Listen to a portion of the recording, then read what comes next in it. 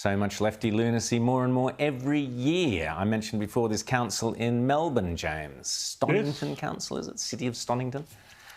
Yes. Well, you've got this council, and they have decided to do the whole war on Christmas thing. And instead of saying Merry Christmas, it's now Make Merry. Now, I don't know exactly what that's supposed to mean. That's a sentence fragment. It's a sentence fragment. It's a sentence fragment, it doesn't mean anything. And that's the whole point, because if you think about where all of this, the reason why I think the war on Christmas is such a redolent thing that captures the attention of so many people. It's not just about, Christmas and the holiday itself and what that's supposed to mean and different people's meaning of Christmas, but it is about the undermining, the kicking out the foundations of everything sort of shared in our society. Christmas used to be something, whether you were, secular or not, you could celebrate Christmas. You had different versions of it for everybody, but the point was that it was something that everybody could do. And, what I think the left really wants, not to overanalyze it, but that's what I do. I overanalyze things. Is that... You only just noticed. I only just It's only taken you to the end of the year to notice. Very quick point. Is that when people don't have shared meanings, then they're atomized, and then therefore, the state can decide what it is that you believe in, and that's why you have so many people who get obsessed with whatever the current thing is, because there's not a shared thing. Liz? Yeah. Stonington literally said that they've done this to be more inclusive. Can you name me a single person who's offended by the word Christmas? I mean, if you're trying to suck up to the minorities, they love Christmas. Most of them actually, and notice it's always okay to tell the majority to be the ones to, go out without your Christmas. We don't want to offend minority groups, but it's okay to offend the majority by getting rid of our cultural norms like Christmas. The other place that did this was a shopping centre called Pacific Werribee, and they just put up signs saying, Merry everything. Merry everything. Merry everything. But it is also, this is happening also. There's other ways too.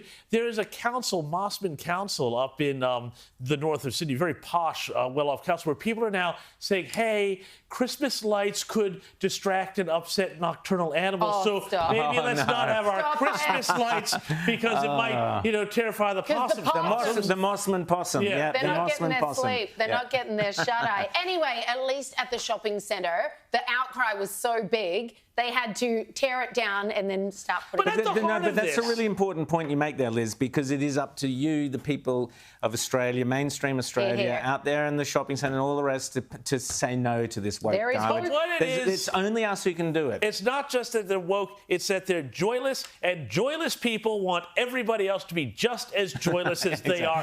So that is what this all comes down to. More joyful this Christmas. Joy Go for it. on steroids. Joy on steroids. That's what we want. Sandhurst, Liz, in the UK, that's the equivalent of Duntroon over there. They've hit on a brilliant woke idea, which is to...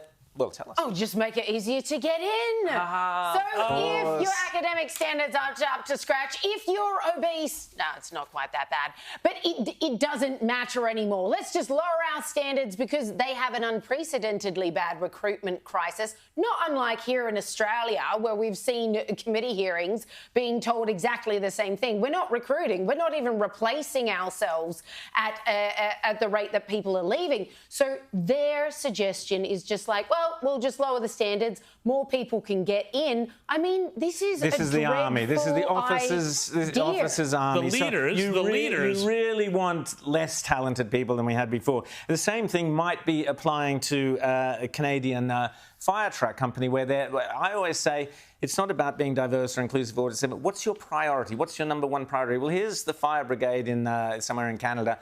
I guess we get an idea from that visual what their priority is. Maybe not so much putting out the fires. Maybe this is, virtue woke signalling is what it's all about. I'd rather just have someone turning up at the fire who is good at putting out fires, just my personal thing, than someone who is necessarily of whatever minority group. Let's also mention, it's all come to pass now, James. Scientists are now, we've now hit peak Malthusianism.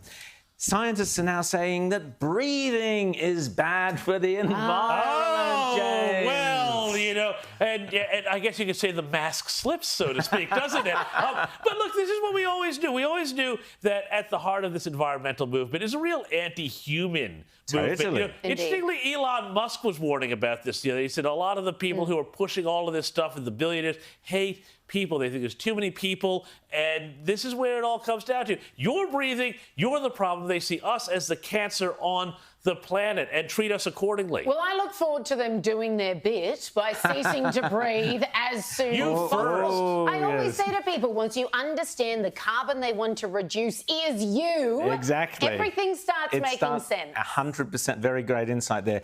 Javier Milei, we spoke to John Ruddock last week. He's already kicked off literally getting rid of bureaucracies, getting rid of ministries. He's doing it. He said he would beforehand. He showed us how he would do it, and he is doing it, which is fantastic. Great news there. Peter Dutton, take note. That's how you win elections.